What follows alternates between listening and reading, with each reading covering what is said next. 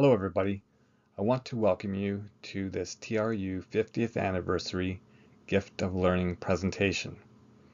My name is George Johnson and I'm the chair of the English and Modern Languages Department here at TRU. I've been at TRU for 30 of those 50 years. Before we get going, I just wanted to acknowledge that we are on the unceded territory of the Kamloops Secwepemc Nations, and I'm grateful for that. So the presentation is called Speaking with Hope, Writing, Activism, and Getting Published in Turbulent Times. And I'm going to be talking about how my activism has had an influence on my creative writing, in particular on two new short picture books, How Hope Became an Activist and Marissa and the Mountains. Now, I first became an activist in about grade 5, I think, when our class advertised that we were going to clean up our local creek, Grindstone Creek. We gathered people to support us and we removed the trash from the creek. From that point on, I was influenced by various types of activism. One that stands out was John Lennon's brilliant campaign, Happy Christmas, the war is over, if you want it, in brackets, which was plastered on billboards in most of the major cities around the world. And I was very impressed by that, and also his bed-ins for peace and that sort of thing. When I moved to Kamloops, I became the chair of the Global and Community Action Committee at Kamloops United Church, and we were involved in all sorts of activism, raising awareness about issues from sweatshop labor and fair trade to Indigenous rights to environmental issues. I started out by writing skits because I realized that drama can have a very big impact on audiences, and I moved on to write longer plays and screenplays. One of my plays, Maucus, was produced by Chimera Theatre here in Kamloops in 2017. That play deals with a clown, a mysterious clown who provokes a mayor into addressing social and environmental issues in his city. And that's based on the unknown story of the anti-politician Antonis Maucus in Bogota, Colombia. Most recently, I co-led the Blue Dot campaign here in Kamloops, and our goal was to make Kamloops a Blue Dot community, which unfortunately didn't succeed, although we did gather over 2,000 signatures on a petition. I am glad to see, however, that the Kamloops City has developed a climate action plan, so that is very hopeful. So here are the two stories that I'm going to read to you. First, How Hope Became an Activist, illustrated by Daniel Grandy. And this is dedicated to my great niece, Hope, who is 6, and her generation. Go make a difference.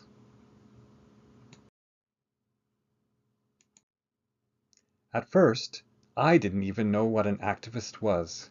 One day when I was hanging around in my favorite tree, Mom came out and said, "Hope, how would you like to be in a play, an activist play?" Well, I love to play and I'm pretty active. I swung down onto the ground with a thump. I don't know how you do that, Mum smiled. What I mean is perform in a play. By activist, I mean an action that makes people aware of a need for change on an issue. Being in a play could be fun, I guess. My toes curled. What issue? Sweatshop labor in the clothing industry. Oh. Check your t-shirt label. I twisted like a pretzel to see the back of my shirt. It says, Made in Honduras. Where's that? A country in Central America. Why was it made there? Companies can get girls to make clothes cheaply, so cheaply that the girls cannot live well or even eat properly. No way. Mum nodded and frowned. Some girls are as young as you. They work such long hours to support their families that they can't go to school. I crossed my arms and said, I'll do it. At the first rehearsal, the director asked me to play a girl sewing at an old, beat-up machine. I scrunched my nose. Don't worry, she said. You don't have to sew. You just have to look exhausted. I can do that. I like to stay up late, and Mum says I look exhausted all the time. The director laughed. Once the play called Martha's Dawning of Awareness got going, there were some scary bits. The factory boss named Brutus was shouting at the girls. I slid down my chair. He wouldn't even let us go to the toilet, that is, in the play. I wanted to shout, "That's not fair," but I couldn't. I was glad to go to school the next day. When I told my friends Parveen, Sue, and Jenny about the play, they wanted to join in. The director said, "Sure, there's strength in numbers." Our first performance was at the farmer's market. My knees shook and I was sweating, but that was good because I think the girls in Honduras must be nervous too. People clapped loudly afterwards. A man rushed up to me and said, "Wow, I had no idea children were being treated like that to make clothes." I felt sad, I said, sitting there not being able to talk, with all the machine noise. It must be so hard for those girls. The man nodded and a tear slid down his cheek. "Do you know which labels we should avoid?" "I'm not sure. Some clothes are made in places with poor working conditions like Bangladesh, Cambodia, and Myanmar, and then have buttons added in our country so that the label says they are made here instead. You could look for the fair trade mark. It means that the workers have been treated fairly and received a fair price for their work." Talking this over with my friends, I got an idea. What if we held a fashion show to help people understand the stories behind the clothes they wear? "Yeah, that sounds good," said Jenny. "But how would we find out?" asked Parveen. "We could do some research," I said, "and our parents might help." Before long, we were working on our anti-fashion show called Are Your Clothes Really Clean? Our new friend Sean got some bigger kids to help model. Afterwards, we were pretty excited when people asked us where to get clothes made fairly. We decided to buy locally made and gently used clothes, or to check for the fair trade mark if we buy clothes from other countries. When the show closed, my new friend Vivian said, "Hey, I joined this group called Refugees and Friends Together, or RAFT." "RAFT, that's a cool name," said Sue. "It makes me think of a life raft," I said. "Exactly," said Vivian. "The group is helping a family to come from Syria to save their lives." "Really? Why do they want to come here?" asked Jenny. "They will be safe here," said Vivian, "but they won't have anything. They need people to collect stuff for them and to help their children learn English. Could you help?" "Sure," I said, along with the others, and we all hugged. Mom came up to me and said, "I'm so proud of you. Now I guess you know what it means to be an activist." "You mean getting everybody active to do something good?" "That's right. I know we are small, but it feels like we are creating something bigger than us. Our actions might help kids we don't even know. Plus, I've made friends being an activist." "You have, and now you're part of a community of people with positive energy. One activist, Martin Luther King Jr., said that injustice anywhere is a threat to justice everywhere because we are all woven together like a single piece of clothing. I thought of those girls in Honduras who needed food and a safe home and wanted to go to school, just like me. I guess we are all connected. My heart felt big in my chest and a tingle ran through me. Then I knew a better world is possible if we work on being activists and make good changes happen. So, as I mentioned, this story is quite autobiographical. It draws on the sweatshop skit that the global players performed at the farmers market. It also draws on an anti-fashion show that we held along with the Council of Canadians here in Kamloops. And it draws on our Refugees and Friends Together refugee group that's been bringing in refugees since the 1970s. Well, why stories? You know, you can give people the facts on an issue, such as child labor. 152 million children, 64 million girls, and 88 million boys are in child labor globally. Almost 1 in 10 of all children worldwide. That's quite a shocking statistic. Or you can give them a stat on refugees, and this is from Amnesty International. There are nearly 79.5 million people displaced by the end of 2019. But, you know, stats won't have the same long-lasting impact as a story, and stories are cumulative. Reading stories immerses the reader into someone else's world, involving all 5 senses. So it's a kind of total immersion. When we read stories, we empathize with characters, even if we may not agree with their worldview or choices. We understand them, we feel compassion for them, and if we do so, the chances are we're not going to harm them. So I would argue that imagination is our greatest resource for social justice. You have to move people emotionally in order to move forward as a society. Now, English profs have known about the power of stories for a long time, but there is some evidence that reading stories does increase one's empathy. And there's a fairly recent study in the prestigious journal Science that showed that after reading literary fiction as opposed to popular fiction or serious nonfiction, people performed better on tests measuring empathy, social perception, and emotional intelligence. And there's been some other studies to replicate that finding as well.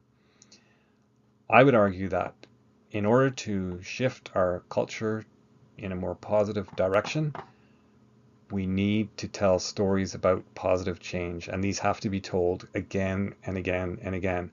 We need 10,000 stories like how Hope became an activist to shift the narrative towards a more compassionate attitude towards others.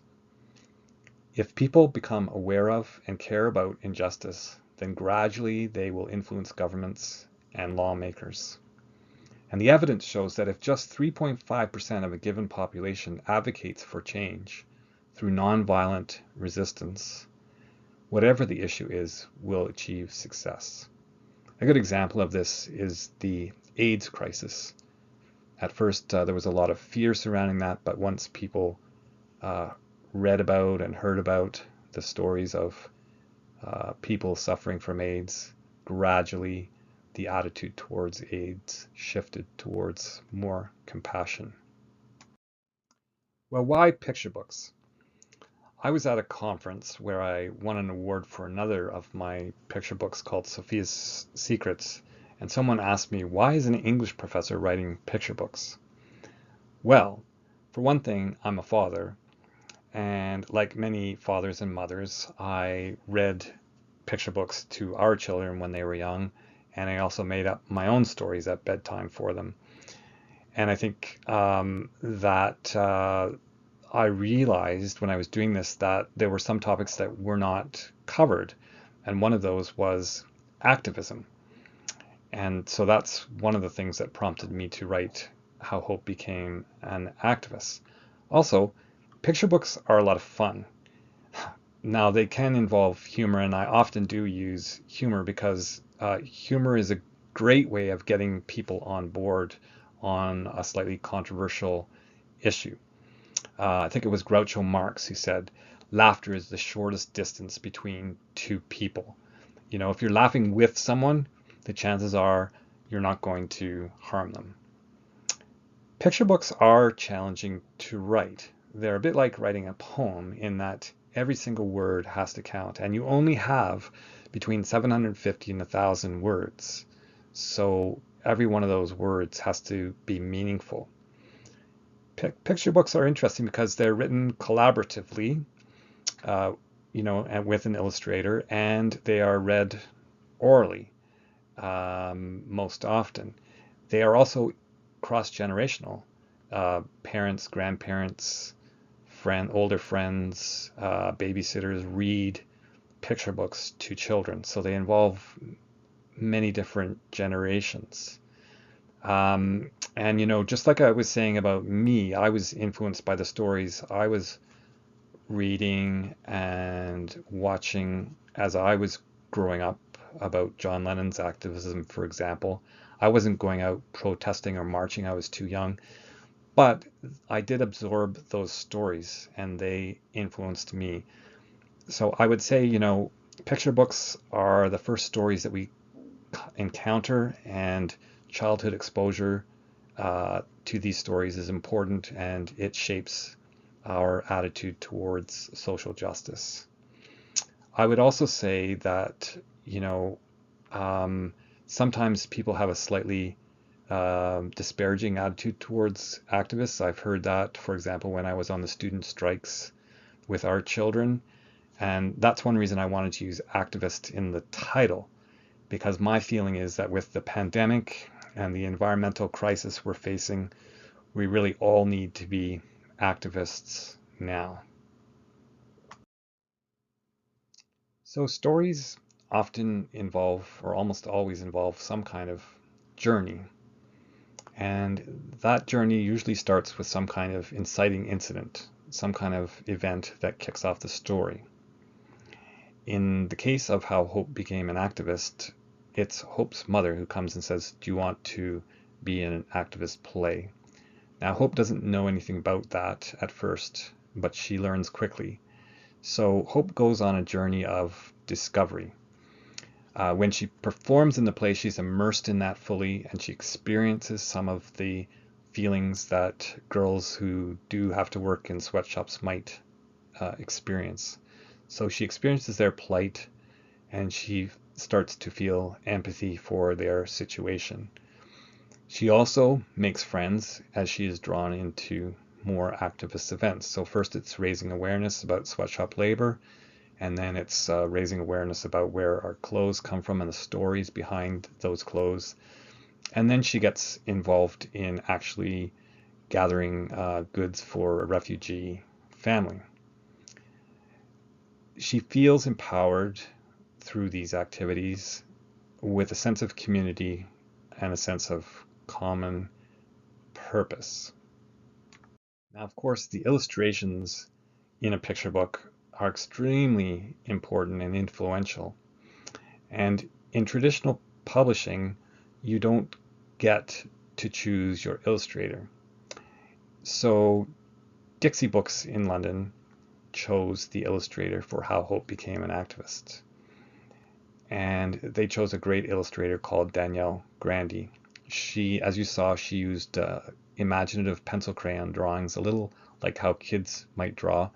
Even the title is a little bit rough around the edges, as though it were drawn using a crayon of some kind. And she definitely contributed her imagination to this story because, for example, in the scene that I've replicated here, she has some girls helping other girls out of the water onto a raft. And that's not in the text. She came up with that herself, and the publisher ran that by me, and I thought it was an excellent idea. It's very dynamic. She also decided to use black and white images, when dire events are happening, and they serve as a contrast to the colored illustrations that she uses. Overall, I think she's created a sense that children become the heroes in this story, and they are empowered to act for others. Now let's move on to the next story, Marissa in the Mountains. And there's Marissa, and she is completely different than I imagined her as I was writing, but I came to love her nonetheless. So, Marissa lives in the mountains. They surround her, along with tall pine trees on steep slopes. Marissa says it is like being stranded in a crowd of adults, or if she had shrunk, standing in the middle of her mum's pencils and markers jar. She looks up, up, up, and she can only see the pencil's pointy tips with the bigger markers looming behind. "Oh, Marissa, you're just being dramatic," her mum says. Marissa says the mountains are spooky. They cast long shadows. They swallow the sun in the evening before playtime is done. In the morning, the sun, pale and tired, struggles to rise, rise, rise. No, Marissa does not like those mountains. Marissa's older brother, Harry, likes to hike with his friends in what he calls hills. But Mom worries about bears and cougars, and so Marissa does not go. Not that she wants to, anyway. She would rather ride her bicycle by herself, soaring down, down, down. But then she always has to push it back up. No, Marissa does not like those mountains. In winter, she likes to toboggan, sliding down, down, down. But sometimes there is so much snow that she gets stuck and stands, frozen like a snowman. Or she has to play inside. Snow stays on some peaks right through summer, just to remind her that winter is coming again.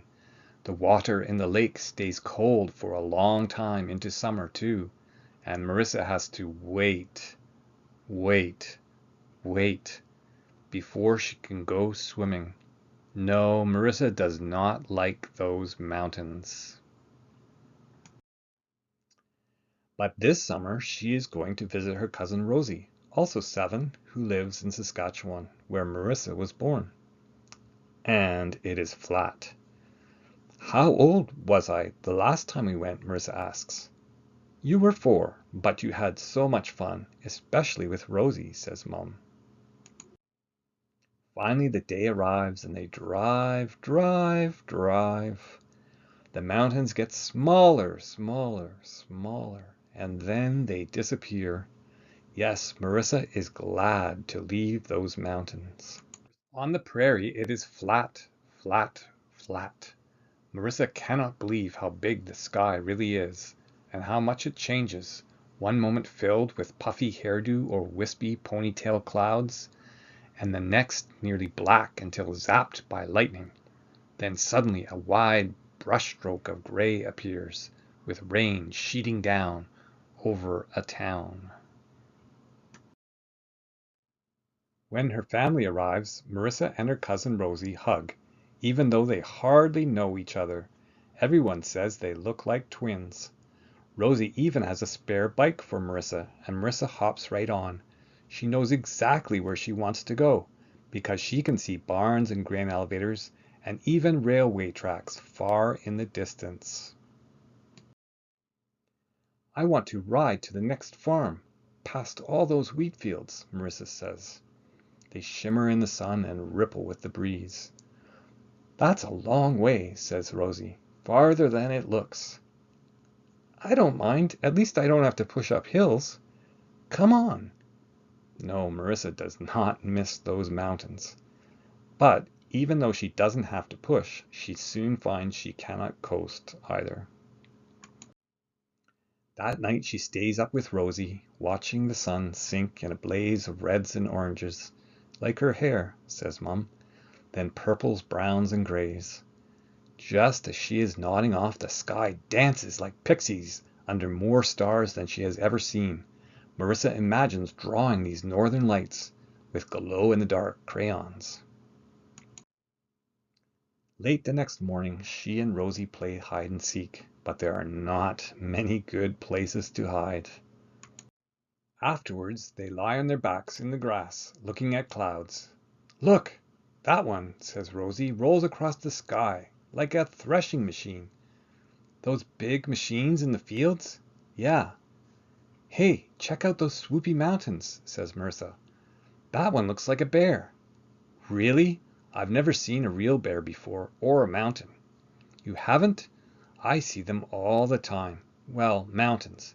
I've seen a couple of bears from the car." "Wow," says Rosie. Still, Marissa does not miss those mountains. One day they go to a lake. Marissa and Rosie dive down holding hands, and the water is so warm. But bugs, big ones, chase them on the shore. Marissa goes, "Ouch, ouch, ouch," and scratch, scratch, scratch. "You get used to them," says Rosie, "and besides, the water is only warm enough to swim when they're here." Too soon, Marissa and her family have to return home. Marissa hugs Rosie one more time, and they promise to write. As they drive, Marissa's mind wanders as she watches the sky with teardrop clouds. She wonders what the mountains will be like. Finally, she falls asleep. When she wakes, mountains surround her and she smells pine. She smiles at the sun lighting proud peaks and wants to draw, draw, draw them using all the colors in her own pencil crayon jar. She will send her picture to Rosie. A thrill runs down her back just thinking of it. Then Rosie will know what mountains look like when she visits at summer's end. Yes, Marissa does love her mountains.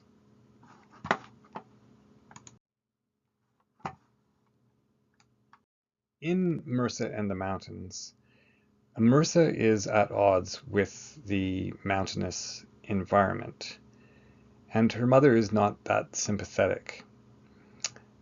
She goes on a literal journey to the prairies, where she bonds with her cousin Rosie, and she realizes that the prairies are not as rosy as she had imagined. She makes friends with her cousin Rosie and is sad to leave, and she realizes that she has something special that she can offer Rosie, and that is her drawing of the mountains, so that when Rosie comes to visit, she will have some sense of the environment in which Marissa lives. So Marissa moves from a state of isolation in the mountains to one where she anticipates that her new friendship will continue in her home. So she realizes that her mountain home is special, and essentially she learns to love where she lives. She journeys then from isolation to connection through her joyful appreciation of the landscape. In both these stories, the protagonists move towards right relations with the social and natural environments, respectively. And that just means an attitude of tolerance and acceptance and a realization of the interconnectedness of all things. So in Marissa in the Mountains, it's predicated on the belief that we project our inner feelings, our desires, our needs onto the environment. And this idea goes back a long way. The Romantics, for example, believed that we half create that which we perceive. So in Tintern Abbey, the poem, William Wordsworth describes this, and he feels quite nostalgic about Tintern Abbey because he's writing from the city and he remembers visiting that abbey, which is in Wales 5 years earlier. Because of that nostalgia, that shapes how he perceives Tintern Abbey and its surrounding environment. So if we see the environment as something to consume, then we will do so. with obviously harmful effects. Or if we see it as a threat or as something to be afraid of, as Marissa does, then we will attempt to control it. If we develop right relations with the environment, then we will see ourselves as interconnected with the web of life. We feel the diversity in the natural world, and that insight envelops our perception of humankind. And that is what I'm hoping to show in both of these stories. So an attitude of right relations with the social environment is essential for addressing human inequities, and right relations with the natural environment make social equality possible. We won't be able to tackle the environmental crisis without bringing about a more equitable society. In particular, How Hope Became an Activist aspires to be one more thread in the garment that weaves us together as human beings. I did say that I would speak about how to get published in turbulent times, how to tell stories. And the first thing I would say is that you want to keep notebooks of ideas, feelings, images. This is one of the ones I have. I have very many of these. This is for children's stories. And, you will draw on those notes as you go to write. And I would say draw on the emotion of your lived experiences, your journey.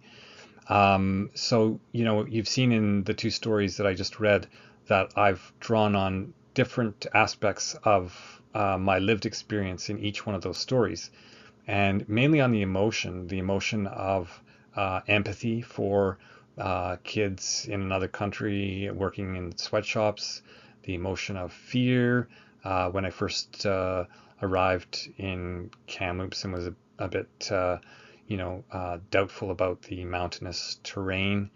And I think everyone has these emotional experiences, and you don't need to necessarily replicate the circumstances, but you draw on the emotion when you start creating a story. And some of the most intense emotion comes from childhood. Charles Baudelaire said, "Genius is merely childhood recollected at will."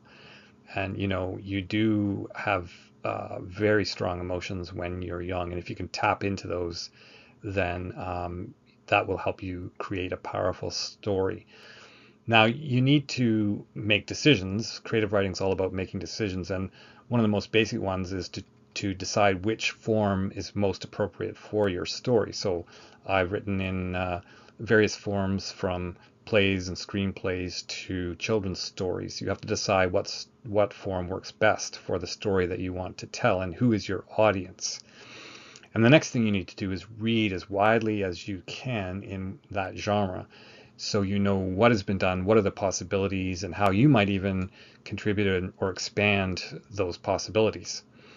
I would say that after you've made your notes and your observations, then draft your story quickly. Don't allow your censor to take over. Just write down whatever comes into your mind and your heart, and then when you go back, revise thoughtfully and repeatedly. And you need to take advice from others. So I would advise you to form a writing group or join a writing group and listen carefully to their commentary. You're not going to accept it all, but some of it will be valuable. And I think this is better than just relying on your relatives, your friends to comment on your stories. When you get your story into the most polished shape possible, then I think it's time to start looking for a publisher. And I would say when you're starting out, you don't really need a literary agent. I would say start by writing a really powerful, strong query letter that highlights the unique qualities of your story and of your experience. And once you've got that polished, then try sending it to some smaller publishers, maybe British Columbia publishers. We have some great publishers here, like Simply Read Books. And send a few query letters out at a time, and if you're not getting positive response to those letters, then try revising your letter and or try revising your story. I would also say that you need to persist against all the odds in this vocation. I wrote Marissa in the Mountains. That was one of the first stories that I wrote way back in around 2010. So now it's going to be published in early 2021. So that's 11 years. So, don't give up, persist. There are many publishers out there, and you need to find the one that's the right match for your story, and that can take time. You can also decide to self-publish, but then you have to do all of the work yourself. Whereas with a traditional publisher, you have their network, their connections, and their publicity machine behind you. So that makes things a little bit easier. So those are some of the tips that I would have for writers who are just starting out. Now, I wanted to say that How Hope Became an Activist has already been published, and it's available locally at the Smorgasbord, where you can also buy fair trade items from coffee to clothing. It's available at the Art We Are, the Book Place, and the local chapters. So I would encourage people to support local businesses, but you may feel that you need to order it online, and you can do that at the Book Depository as well. What's next for me? Well, Marissa and the Mountains will be published February 2021, and the How Hope Became an Activist book is the first in a projected series. The next one being How Avery Became an Environmentalist, which is also based on some activism that I've been involved with, and that is building mason bee houses. And the global group that I belong to has built over 200 mason bee houses over the years and distributed them in Kamloops and elsewhere. The next one in the series is How Ben Became a Food Bank Volunteer, and that's based on our kids working at the food bank with their grandmother. I'm also involved in interviewing some seniors, recognizing the 75th anniversary of World War II. And I hope to publish those interviews in a book called Ruptured Lives, Canadians Remember Childhood During World War II. I'll also be doing a CALS course in February 2021 called Beat the Blues and Get Creative. So those are some of the things that are coming up for me as a writer. I wanted to thank Aaron and the True Gift of Learning organizers. I think this is a great initiative, and to recognize the 50th anniversary of TRU. I also wanted to thank my illustrators, Danielle Grandi and Chelsea Burney, for creating such wonderful illustrations. And I'd like to thank IZ Osden at Dixie Books and Simply Read Books in Vancouver, and Fair Trade Canada in the UK, because they have really supported How Hope Became an Activist. And I'm going to be donating $1 from each copy of How Hope Became an Activist to Fair Trade Canada as a thank you. So thank you very much for listening to this presentation. And if you have any questions, you can always email me at gjohnson@tru.ca. Thanks. Here is Hope, my great niece, and I think that picture shows it all. This is our future. Thank you.